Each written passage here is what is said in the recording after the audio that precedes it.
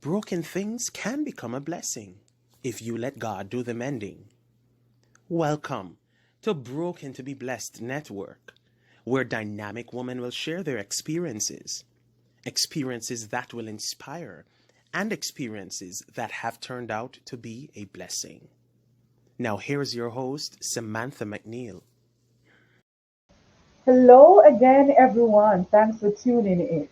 I'm really happy and excited just to know that you're here and we're providing you with inspiration, motivation, and testimony. Today, I have with me, yes, another powerful and wonderful woman that is going to share her journey with us. As we often said, broken things can become a blessing if we let God do the mending. Are you ready for her? I am. Joining us in set today is Shaniese Laylor-Bogle. She is a woman of great emotional strength, a woman who operates on purpose, who has gone through many of life's pain, but is determined daily to fulfill her passion. This is to help release people from trauma, emotional bondage, and mental illnesses through science, faith, and personal experiences.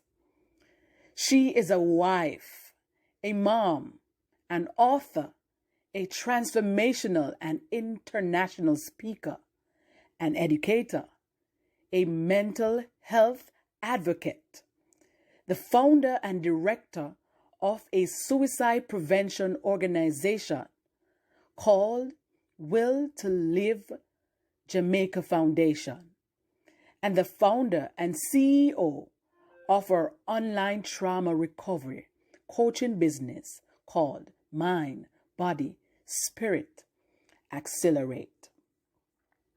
She runs a private Facebook group called Trauma Healing and Recovery Group, which serves as an introduction to her trauma recovery program.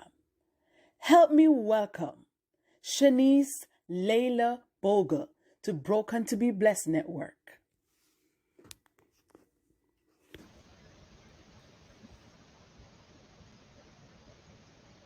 Hello, Shanice. How are you doing today? Hello again, Samantha. I'm doing well. I'm doing absolutely well. Thank you so much for that introduction. It is wonderful to be back here with you. How are you? How are you? I'm doing good. I'm doing good. And I'm so happy and excited to have you sharing with us Thank you. today on Broken to be Blessed Network in a different capacity. Yes, I was wondering if today was Wednesday. I forgot that you have also the vibe in five. That's nice. I like it. Okay, thank you so much. You're Thank you welcome. so You're much. welcome. So today we have Shanice in a different capacity. Normally she will be teaching us and telling us how to overcome trauma and all of those things. Yes, But today she's in the hot seat. the change is good. She's she will be sharing her journey with us, helping us to understand that all of these hats that she will now wear, she had to push and to believe in God and to have faith and know that she is now an overcomer. And with all of that purpose, all of that, she's now a beautiful and wonderful inspiration to us. So Thank we hear you in your introduction, Shanice. We heard about your prevention, suicide prevention in Jamaica. So you. that Yeah. suggests that you're a Jamaican, right? Of course. All I'm a right. So Jamaican, Shanice is a so Jamaican. yes, So that which was the part of first one. Jamaica are you from, Shanice? Which parish? Yes. I was born and raised in St. Thomas for most of my life, 20 odd years. And then when it was getting down to the latter part of those years, I moved to Kingston because that's where my husband is from originally. So we shared parishes for a long while. He was living in St. Thomas with me when we just got married, and then I went back into Kingston because that's where his heart is. So Okay, I see. All right. So you're a mom. How is it being a mom? It is wonderful to see a mini you, and not only that, to mold. It's scary sometimes. It gives us anxiety a lot of times. It's an anxious kind of setting, but it's a beautiful setting because we know that they are the reward of the Lord. So having that life to care for and to mold, and to know that you are responsible, a lot of the percentage of the child's life will be in your hands. So it's a beautiful feeling and fact to know that God has trusted you with these little ones. So it's wonderful. Awesome. And she's doing well. She have her first book out. Yes, Yes. a beautiful coloring book. Yes. First coloring and activity book for kids 5 to 10 years old. So she's doing well and she has a mindset to work. So that's Awesome. good. Awesome. So when we get in the when is she gonna get her brother? Soon, very soon. I can bet she's been Sibling. asking. Like my little one. Yes, She's been very asking. soon. Very Mhm. soon. So she'll be Awesome. joined soon. Awesome. And one last question before we get into your journey, Shanice. How do Sure. you balance everything? Mom, wife, the trauma group, I think speaking, educator, all of these. I think about that a lot of times. How do I wouldn't even call it juggle, because I am very deliberate about how I break and compartmentalize the different titles and hats, as we would call them. And the other reason why I wouldn't call it juggling is because when you launch out into something that you are passionate about, and you'll hear more about how I got into the whole trauma and counseling work, this is something that has been destined over me from I was a child. So juggling is not an option. It is challenging sometimes, but I deliberately structure things. And my husband, he's a big help regarding helping me where he can't fit in terms of counseling or whatever, because that's not his specialty area.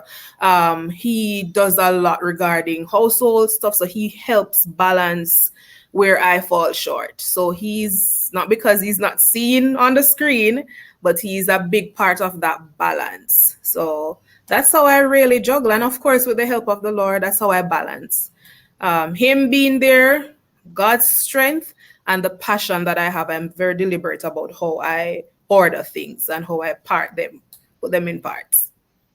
Beautiful, and you answer it beautifully. And while I thought about it and I asked, I know it's one of the questions when persons would see you do quite a Yes, lot. They, yes, they really think about it. They really think about it. How do you really keep everything going? But as yes, you mentioned that when the purpose has been over your life, even if you don't want to, and even if there are mhm, times when you're gonna get a little bit, tired and kind of feel, but then the right, purpose that is on you keeps. It's like if you don't do it, right. then, it feels like something is missing, and then God is gonna whip that. Like fate is out to get you. Yes, yes, Fate is coming yes, to get you. yes. So Yes. Hmm. even though it might seem a lot, it's something that you have to do because it's your Yes. destiny and it's your purpose. Uh-huh. Yep. Perfectly said. Awesome. And it's now time to hear your journey. It's all over to you. So the first thing I'm going to start with is a message. What's the focus of this message today? I have 3 points where I want to look at. Number one is, when you're on your journey, know that there is some sort of destination. A lot of times we just wander aimlessly on the journey, and we don't really look at the fact that if it's a journey, it has a starting and it has an end. And when we think about ending, we talk about purpose, yes, but today I want to remind you that the ending is also physical, where one of these days we will be no more. And what would it be that you have left behind? The next one is, don't wander aimlessly on the journey. Samantha, sometimes I wonder if we really need any more talk shows or speeches and trainings, because we've gotten so much. And I believe that we are not short of any of these things. Yes, we do it because people want to be motivated every week. But when you check all of these motivated people, do you have anybody stepping out into inspiration now and realizing that you can't live on motivation alone? Because nobody's body is created to be motivated throughout. It stops at a point. So what do you do with your deliberate actions? And then it goes back into the third point that says, which is something I mentioned in my second book, the idea of grasp, grow, and go. I think it's the third book, Grasp, Grow, and Go. It's called The Power of Why. On your journey, recognize what it is that you were born to do. What was it that you realized make time stop for you? What is it that you're going through? Look at your pain. What is the area of your challenges? Is this something that your heart screams for to do? And then after you have grasped and you have acknowledged that, guess what? This is what I want. This is where God is leading me. Take some time to grow in it. Because we don't want on this journey that even the bad experiences are wasted. There are so many things to milk from each experience. And after you have grown, spend the time to do your research. I'm going to refer to Samantha's show again. How this show started out, Samantha, if I may say, is that it looks and it is different now, because it has grown and you can see the maturity, you can see the work that is put into how she organizes her things, and it is seen, it is felt, and you get the impression that she is grasping, she's growing, and she's going into her journey. Now, where mine started, like most of us, it is never to say that it is an easy spot to be in, because yes, I grew up in a Christian, apostolic, Pentecostal, you name it, family setting where both parents were there, eldest of 3 siblings, no 4, and you see the structure, you see how things are expected to be in a Pentecostal home, a praying father, a praying mother. You think they are just in sync, growing kids according to the Holy Spirit, until we didn't see him anymore. We were told that he was going to visit friends and family, and then that was it. And at that time, I was a child. I was going to primary school. My siblings were younger. My mother was a stay-at-home mom, so she did not know how to take the news of a separation. And I've spoken about this so many times on different platforms, where I said that, and we might not get to go into details this evening, but at that age, Samantha, I was even saying it to my husband the other day, that when looking back at it now, like knowing what I know now, I recognize that I died in that moment, because the child that was living then died. And I became somebody that I did not know I should have even taken on. I shouldn't have taken it on, because a father that was now missing forced the eldest child, and I took it up on myself. My mother didn't ask me, but in her years of tears and months of pain and months of lacking, people have to help us, family members have to help us. If church people didn't give us things to eat, sometimes lunch at school, shoes, clothes, family members helping from overseas, if they didn't step in, we would have suffered. If they did not step in. And because of that, I experienced numerous panic attacks to one point where I was hospitalized because I vowed that I was going to be the savior of my family. And I was vowing to be the comforter of my mother. But as a trauma coach now, I recognize that that should have never happened. Because right then and there, the roles reversed emotionally, and it has scarred or tarnished who I was to be as a child. However, we can't knock it, because on the journey, that resilience made me to be who I am now. But there are some hiccups which we have to recognize that, hey, when you're on this path of life and when God has put you to reach to a destination, the events that unfold might not be the sweetest.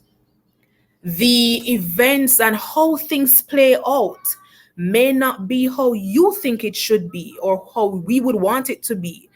Because being hospitalized, because I felt pressured to achieve, and because I felt pressured to get the subjects so that I could work and take care of the family. And Samantha, I vowed that my family would never be hungry because I was going to fill that role.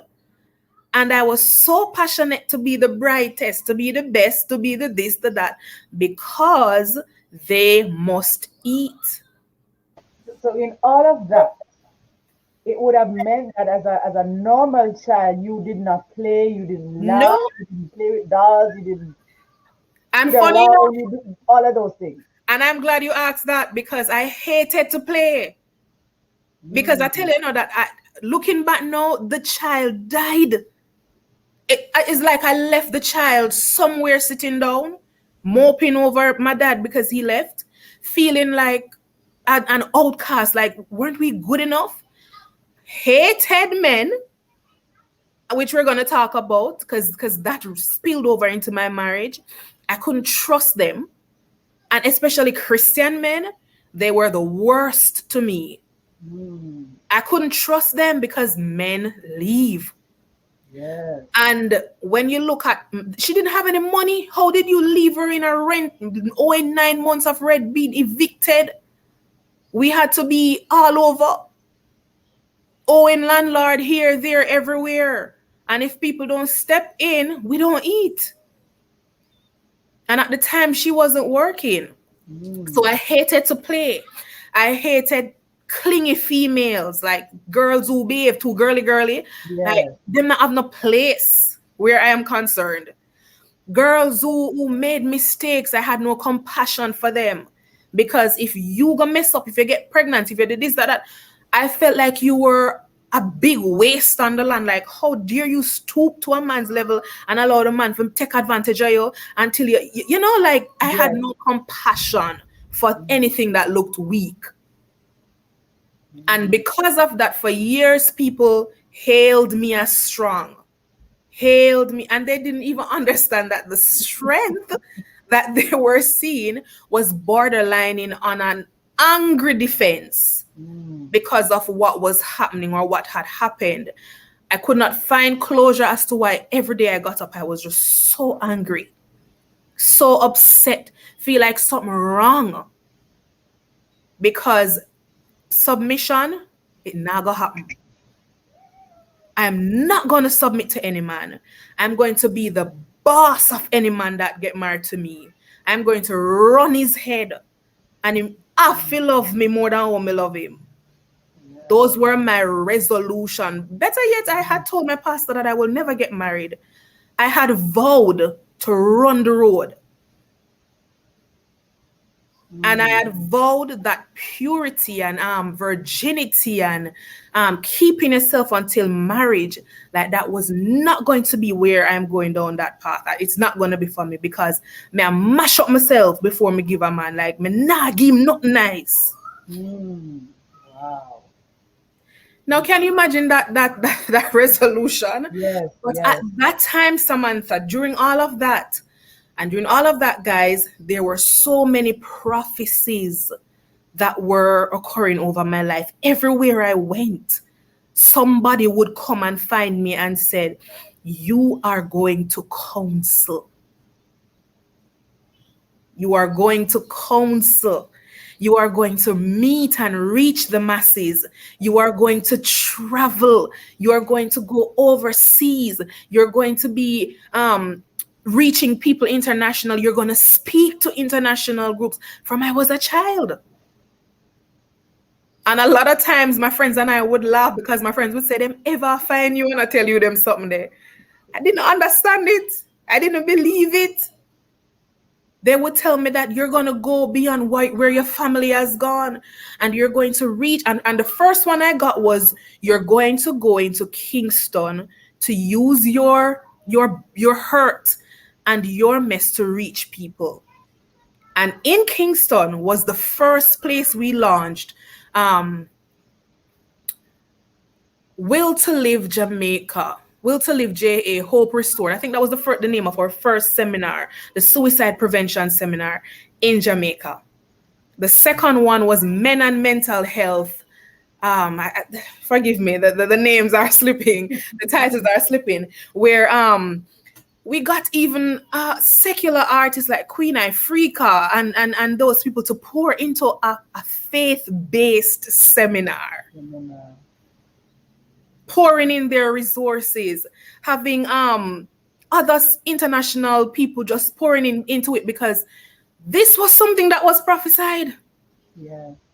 I remember I was Samantha, one of the worst days. And Kamala McWinney, psychologist, some of you may know her, and we were on TVJ. And before Kamala entered the room, there was a service on television, because I was in the room waiting to be announced on the set.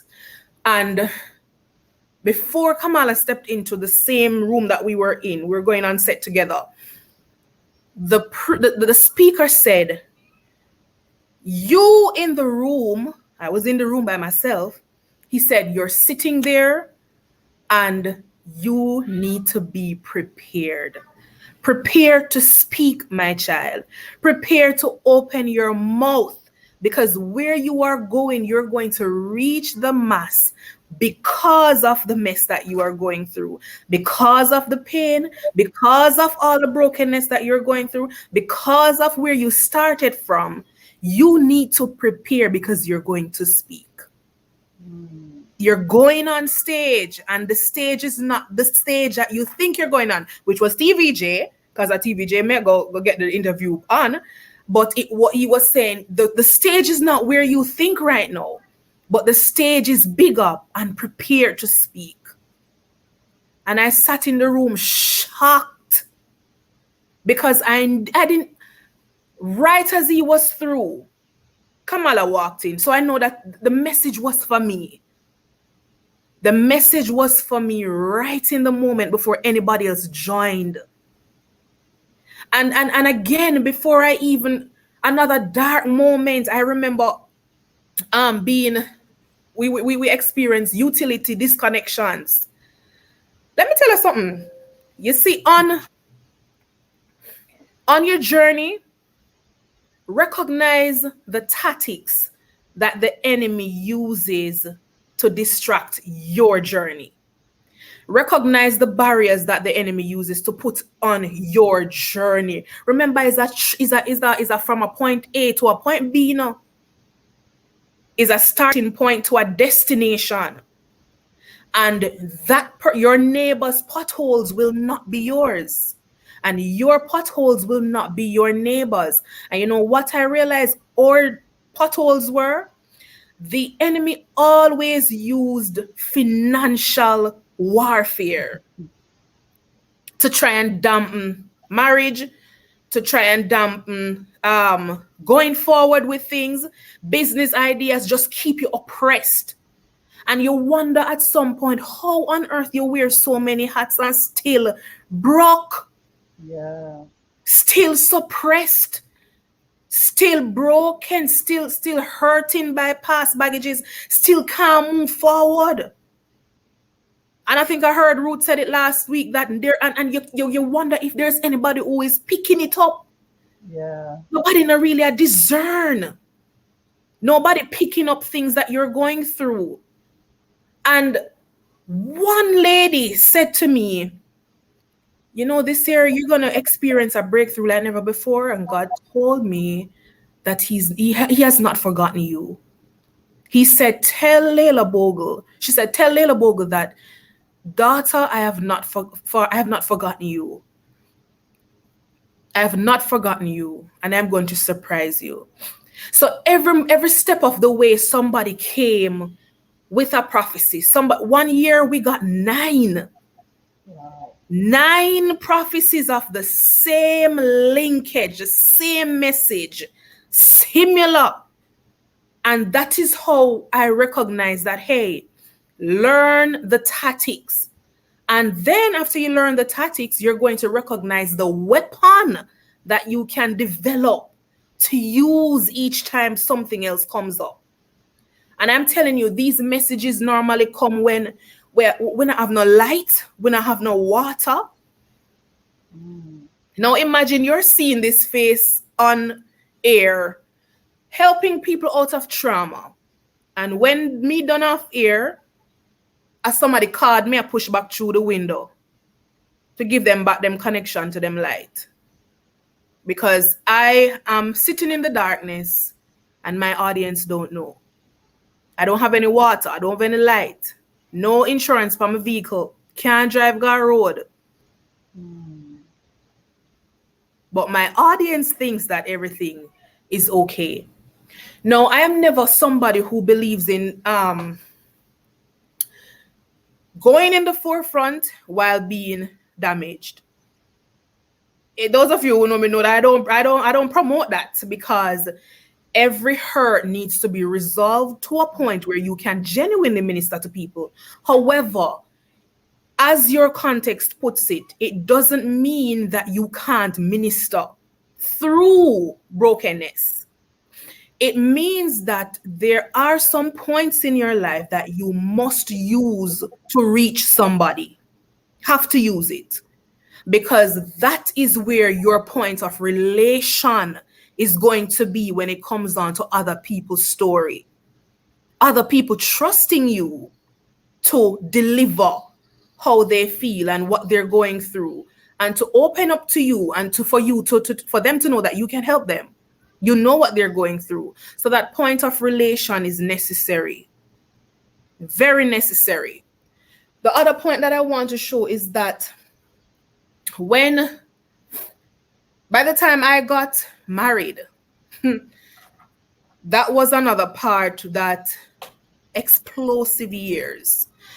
Some of you hear the story already, where the mistrust, the sternness, the strength that was cultivated because of the task that I took on as a child, now being the victim or a byproduct of the separation of a family.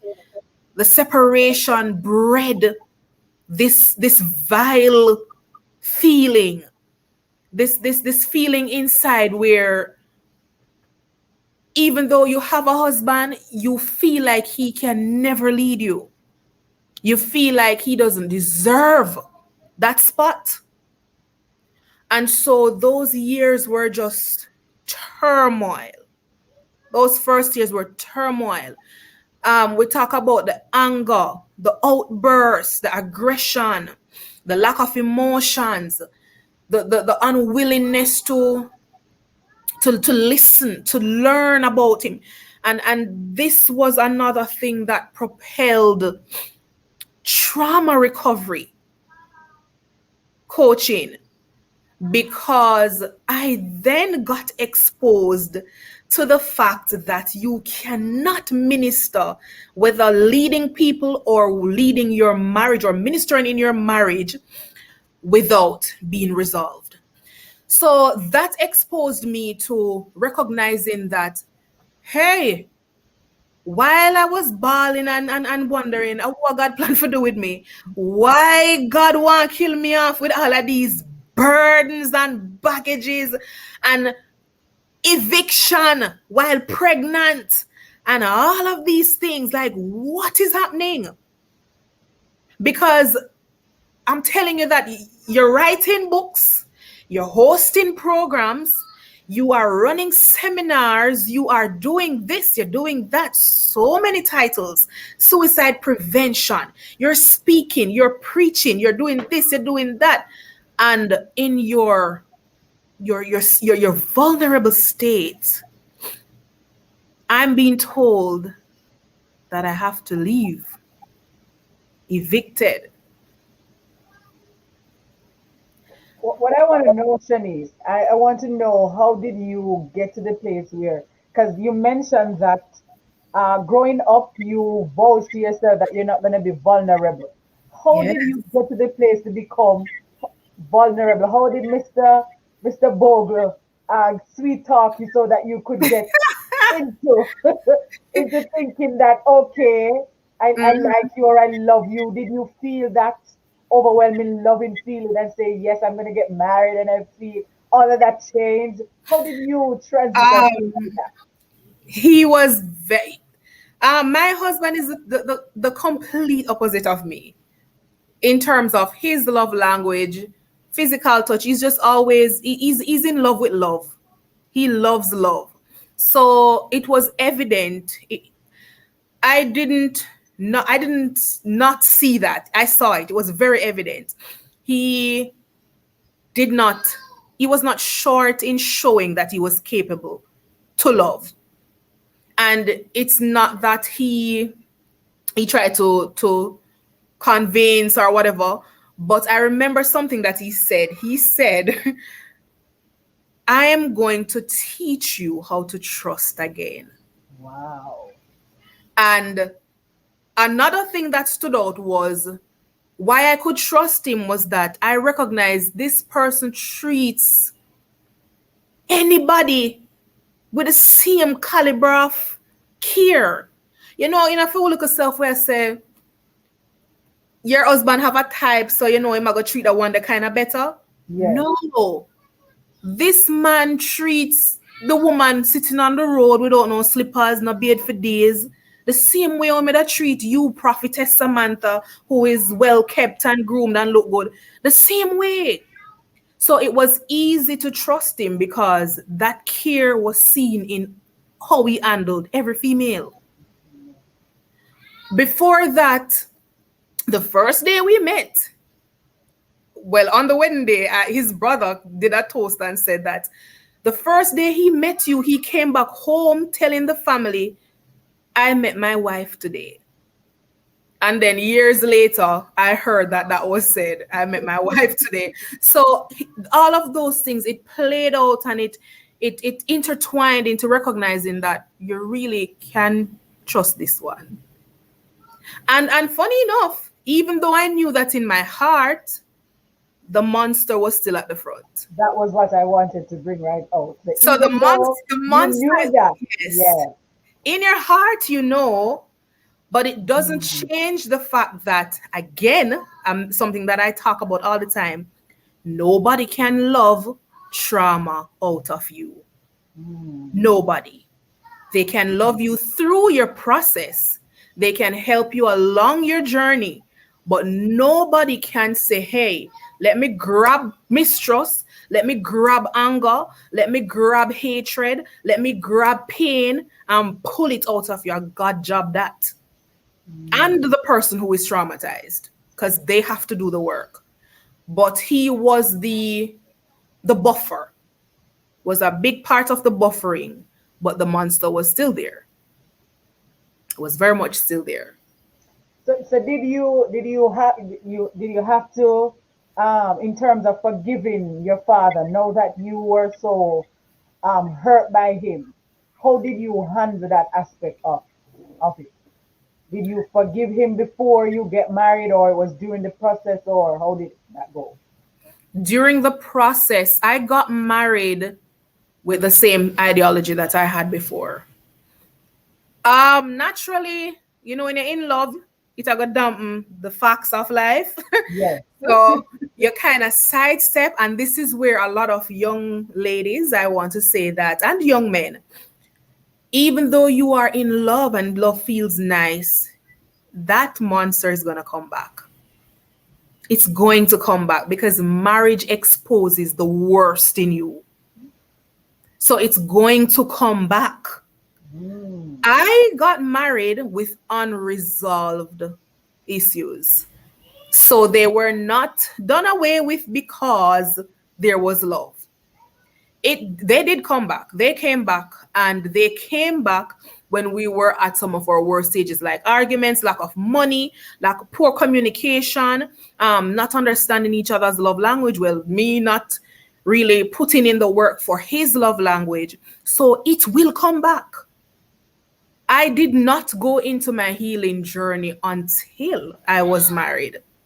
Until I was on the verge. I could have sworn that I would be divorced by now because of the I tell you, it was just terrible. It was terrible. And I heard my husband say something on one of the live that said, I didn't even realize that this was hurting him so much, where he said every time we argued and I said, we're gonna just pack up and leave. We're gonna just leave. Yeah.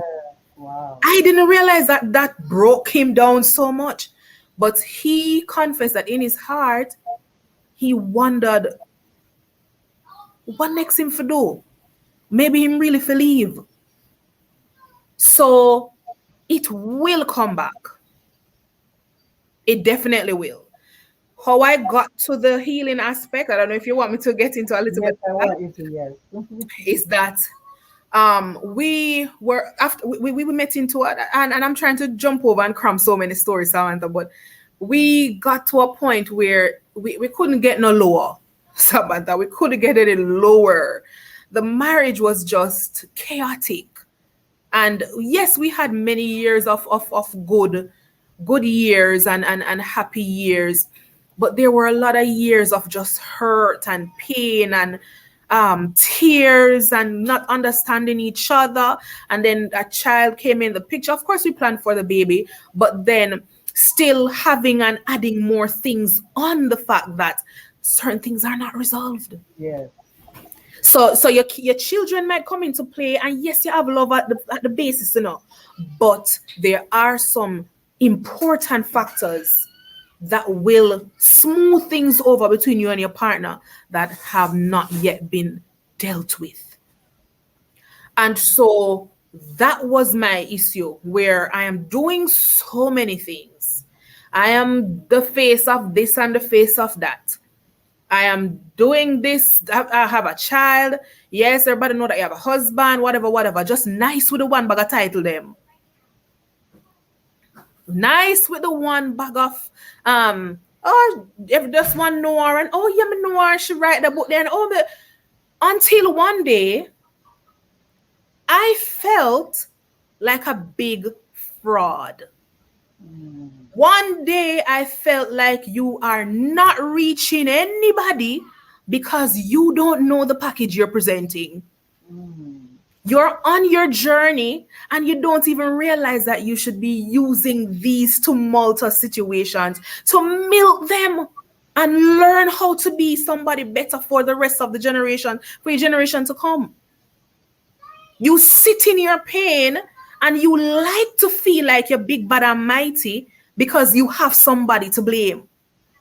You're blaming your father all these years. You're blaming this, that all these years. You point your finger on your partner. You say him something wrong with, but you are fake. I remember it's like I felt like God drew me up and said, are you a Christian? Are you a Christian? You keep rules well. You look the part. You have a long sleeve. Your throat and your cleavage not show. You just look the part. But are you a Christian? Are your answers soft? Have you looked into yourself to recognize that, hey, something is wrong? Have you admitted it?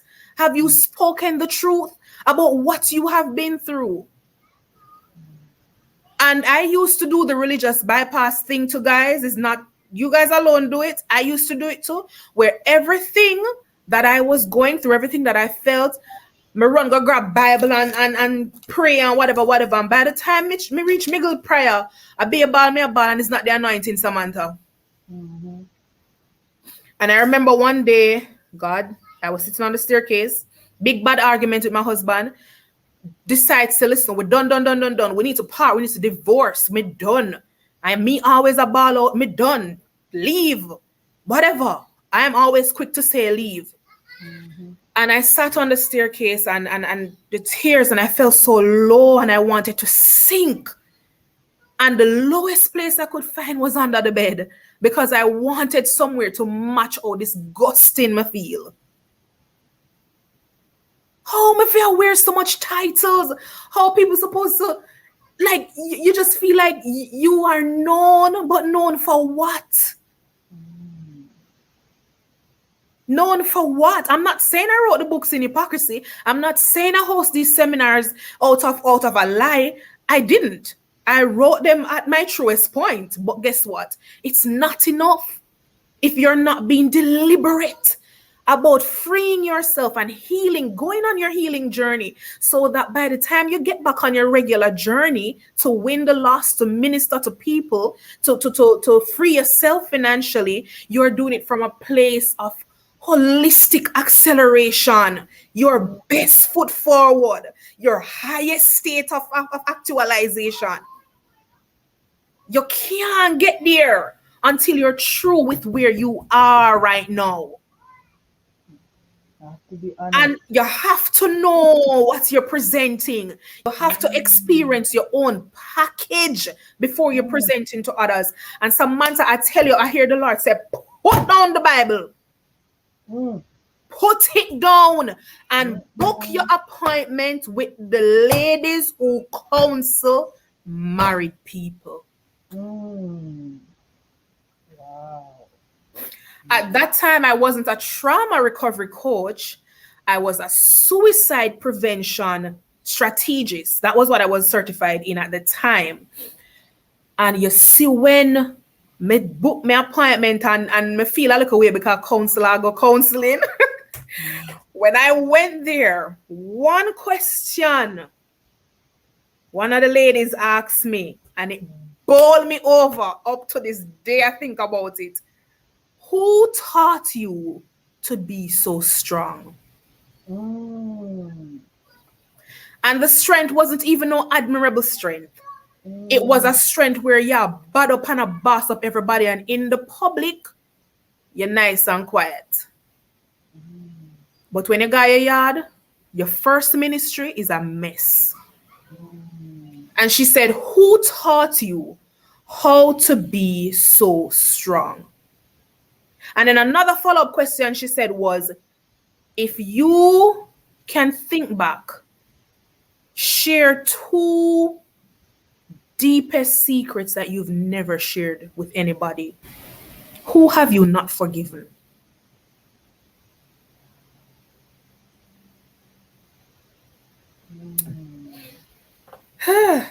When we did our session, I did my sessions, and then my husband got involved with the sessions. And one day, I experienced what I know now in counseling called the visceral effect. That's when you feel it in your gut. Samantha, all the time I knew intellectually that something off with me. All the time I figured that some imbalance there.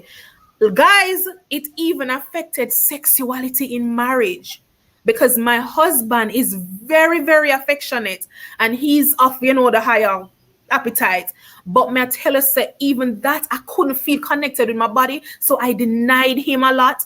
I just couldn't feel knitted because something in me was dead.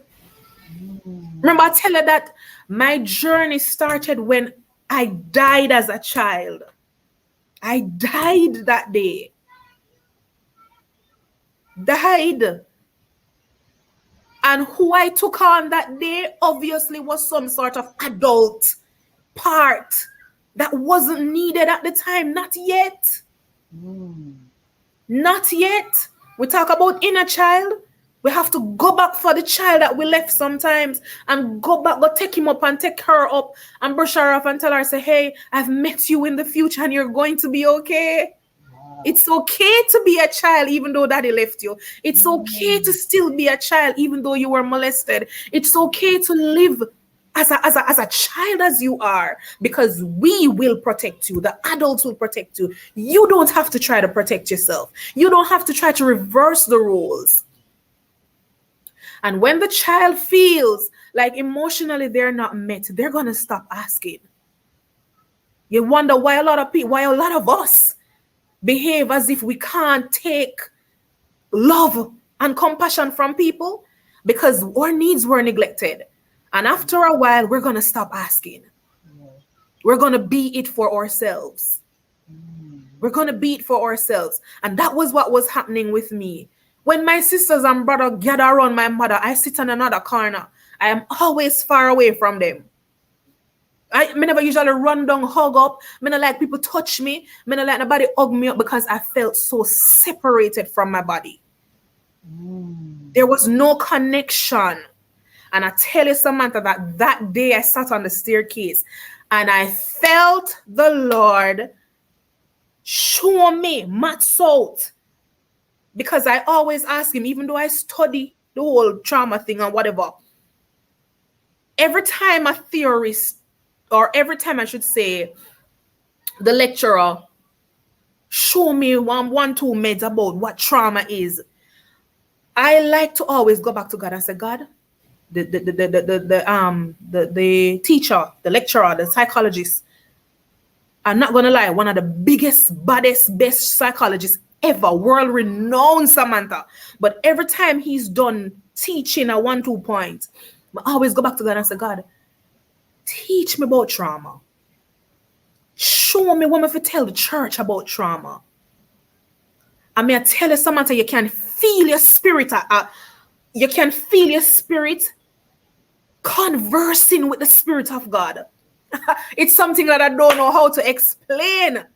Where I'm not talking, but my spirit is talking with him. And may I hear the answer, maths out in my brain, and I must write it down. Samantha, I'm going to leave my book, because you see a journey, write the vision, write it. Because when he's showing you and when he's revealing to you about your destination, about where you're going to end, about your purpose and why you have to be in pain, when he's revealing why he gave salvation and what you need to teach the masses with your program, with my trauma business, when he's revealing, you have to write the vision. And I felt my spirit intertwine. And he said to me, Samantha, all this time you were intellectually smart. You were intellectually moving along. But your body and your mind never agree. Girl, I felt the three entities just come back together, so just come back together, and they held on to each other and lock. And in that moment, I recognized that trauma recovery was mind, body, brain, spirit. Because everything in me that was separated moved together and locked, so and my belly felt weak. The visceral effect in healing. And he said, now take up the Bible. Wow. That was the day I got complete healing. And then I revamped all my programs, had it under one umbrella, redid website, one umbrella. Everything about who Shaniese Laylor-Bogle is went under one umbrella. Mind, body, spirit, accelerate. My journey is not done. We're still on the journey. Still on the journey. But if I should capture what my journey entails, me not tell no lie, it's pain, fear, anxiety, but faith, purpose, and boldness. Because two things that normally carry me. One, the song that says, "The Lord is my shepherd. Hallelujah. I am not alone." And the next song that says, "Oceans, you called me out upon the water, in oceans deep, and I will call upon your name and keep my eyes upon something. When oceans rise, my soul will rest in your embrace, for I am yours and you are mine." And then there's a scripture that I recognize that hit me the other day, and it has been keeping me. Psalms 4 verse 8. It says, "In peace, the badness and the comforter will have in salvation.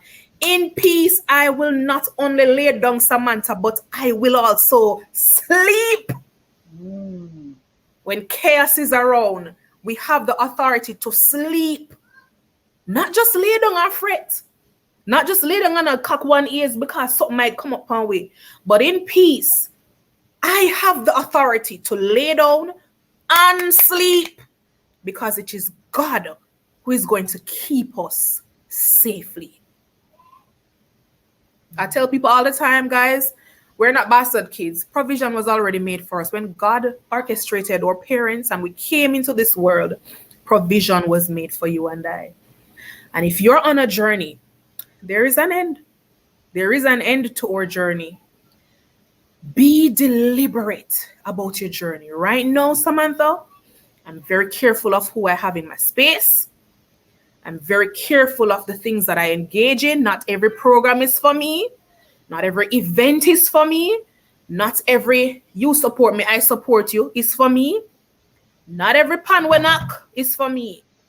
Because the journey has taught me where the vision is. Me not just a wander upon no journey and I go on a lost. Because you can be lost. Yeah. Be deliberate. Be strategic. Be strategic about where you're going. Vision is needed on your journey. And if you're struggling, ball one and two time, but you see when you know your journey, when you see the vision, you're gonna cry, but you know, so guess what? I need to go through it because my story has the set of people waiting for me already. You have your what we call them? We'll call them the destiny helpers. So there are the destiny helpers there, and there are those who are on the wayside for cause problem, and there are those who are there seasonally. You can't bring everybody. Yes. And there will be those who will usher you into it. And when you're ushered into it, your audience is there waiting for you. It's all set. It's just for us to walk in it. So you'll say that after that day, the encounter with the Lord, and then go into a physical therapy or therapist. After that, things turned around for you. Yes. I saw things. I fell in love with myself. I fell in love. I was like, girl, a so long time. You could have confidence and step out and do this and like worthiness. I didn't even feel worthy to call my own name.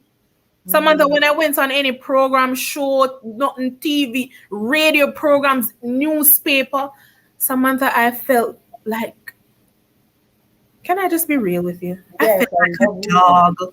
I feel like dog. Every time I was introduced, I felt low because I hated calling my name. And when people introduce the bag of things, them feel me feel a way like I'm not worthy. And it wasn't just since I started having these titles. My mother has a habit of, oh, my daughter had 8 subject or 13 subject. Yeah, she left my best school with 13 subject. And I would feel so unworthy. I hated when people do it. Don't introduce me and tell nobody say me do this. Just tell them, say, all right, Shaniese, come or you know, whatever. I didn't even like my name. They call me Moy, and I prefer Moy because Moy is the ruffian in the streets. Moy is the survivor. Shaniese is like the weak part. And I don't like the weak part. Yeah. So I don't like Shaniese. I don't meet her. I don't talk to her. I don't interact with her because she had the prim part where the stage wants. And me pride myself in not being prim and proper. Me a rough girl. Me, you know, like, yeah, brilliant, whatever. But me in the street, like, I like that part because of that. Me use and garner my respect. And, oh, you know, Shaniese, man, I cry. In accident, my husband go through brain surgery, medical condition, and people just rate the fact that, oh, she stepped up to the plate and she's the one that carry the family. Like, those are the things that make me feel or made me feel strong. Shaniese no come nowhere there, so. So that unworthiness of being called Shaniese Laylor-Bogle lived with me for years. You had that encounter on your journey, your husband met in an accident and... Yeah. If I had which one encounter? No, you mentioned something about your husband met in an accident and brain. Oh yeah, or family met in a terrible accident. That was one of the things that propelled us into a lot of financial darkness because he couldn't work anymore. Cracked skull, started having seizures, can't work. Everything turned over on me, and then we were battling the whole emotional disconnection in the marriage. So, and then he became just so low. Yes. And you know, at one point, like he wanted to, and that helped with my front row tickets to suicide tendencies, where he was concerned because he felt done for. Yes. And then imagine me whenever so Yes. Already. Additional. It was just so much, Samantha. And then that was where we started facing the other evictions and the disconnection, that disconnect, and it was just so much pain, so much hurt. But when God hit that fusion, I'm telling you, praying wife, loving wife, respectful wife in spite of, that's now the product that you're looking at. Your husband don't need to deserve respect and love. Submissive wife, Lord Jesus, affectionate wife, loving partner. Oh God, best friends. No longer flaring up and angry at my daughter. The poor little pitney, she's like her daddy. She's so affectionate. She's so helpful, so loving. So yes, like mini best friend. Like we're just in sync. Yes. In sync. Yeah. The Lord can speak to me clearly. What is happening with your husband? Get up in the night and pray. Go around, go check your husband having a seizure. Like he opens my ears in the middle of the night. Before me lock off. Yeah. Spirit dead. Spirit dead. So it has been a change. I thank you so much for sharing and for being real with us today, because while I listen, I know that these are real issues and persons really have it, and they tend to not know, some hide behind of all that is happening, and behind closed door, it's a hot. Yes. It's not good. And then the children come and suffer Oh my gosh. And all of those things, and it just continues. But It is a vicious cycle. yes, Vicious. a vicious cycle. Mm, Mm. yes. How is your mom, and have your dad ever resurfaced after all of that? There were many attempts, and she's the kind of woman, she's very where her faith is concerned, she's the typical apostolic woman where she does not believe in divorce, so she holds on to hope and she holds on to prayer, and she doesn't believe in having another partner, so she just by herself, and she's just passing that on to us, where I don't believe in divorce. I believe that God is going to reroute him one of these days. And there have been many attempts where we try to reach out, he reaches out, they start up back, and then it just crash and burn again. And every time it starts up back, crash and burn again, until recently I felt where in my grown stage, my adult stage, married and everything, when he said openly that I don't think this is for me anymore, and he called me and he told me, it's like I felt myself going back into the Yes, brokenness. I felt unwanted again, even though maybe yes, done past the childhood yes, stage. yes, yes. Again, I felt unwanted, and I feel the anger coming up back in my household, and like me want to snap again, and I Yes, feel it coming back.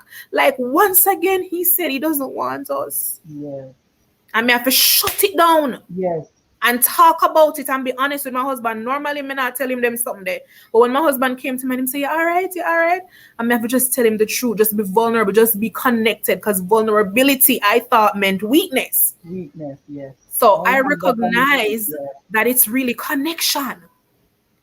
And with the new connection that we have now, I could talk to him and say, why me just feel unwanted because of what was said. And after talking about it, I recognize that, oh, I can be truthful. yes. And after a while, I felt better. So, yes, we have tried. Awesome. Thank you again so much for sharing You your are most journey. welcome. You're most welcome. I I really thank you for appreciate, I being felt on. it, everything, and I know it's going to be an inspiration for a lot that will not say, but Yes. this day, when they hear this, they'll be prompt Yes. go get help, to Yes. speak out, to go get help, stop hiding, be honest, so get the spirit alive, Yes. and stop just living and the spirit is dead. My God, my God. Mm. Yes. Yes. Felt that Yes. one down in my, I tell you, Ha. a lot of people, they just survive, they're just there, floating on water, just floating up there, trying to, but they're still Autopilot. dead, dead Yes. because of what they have gone through.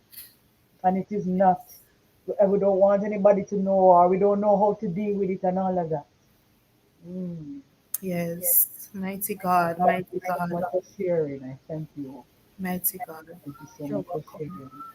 Just go ahead and tell us where we can find your group, because I know that there are persons who will need such help. Yeah. You can find me on all socials at Shaniese Laylor-Bogle. That's my name, Shaniese Laylor-Bogle. SHANIESELAYLOR Bogle. My name Bogle. Instagram, it's the same thing. Facebook, it's the same thing. Twitter, it's the same thing. My website is Shaniese Laylor-Bogle again.org. Our private group is on Facebook. Once you are connected to me on Facebook, I can send you the invite. It is private, so you won't necessarily you won't be able to just join. I have to invite you, or when you find the group Trauma Recovery and Healing, you will have to be quote unquote screened before you can be accepted. If you need to make an appointment, book an appointment, that again can be accessed when you are connected to me via Facebook or Instagram. So scheduling site is also there via those platforms or the website. So again, to get to me, it is Shaniese Laylor-Bogle, or if you want to email, you can email at laylorbogle@gmail.com. Thank you so much again, Shanice, for sharing today on Broken to be Blessed Network. And after such a wonderful, inspiring testimony, we can in fact say broken things can become a blessing if we let God do the mending. I don't know where you have been, what you have experienced. If you allow God to do the mending, He will do that. And not just sitting and waiting on Him to just whoo drop on you and you get help. But He have inspired, educate, taken persons like Shanice through this journey so that she can help others. And I can't help in that department because that's not my journey, that's not my experience. But you always have persons who can help you in whatever your journey is. Reach out, talk, get help as we continue to build a great network right here. Broken to be Blessed Network. Have yourself a blessed day, blessed evening, a blessed afternoon. Remember to tell someone, remember to share with them, remember to subscribe. And have yourself a blessed evening. Bye bye.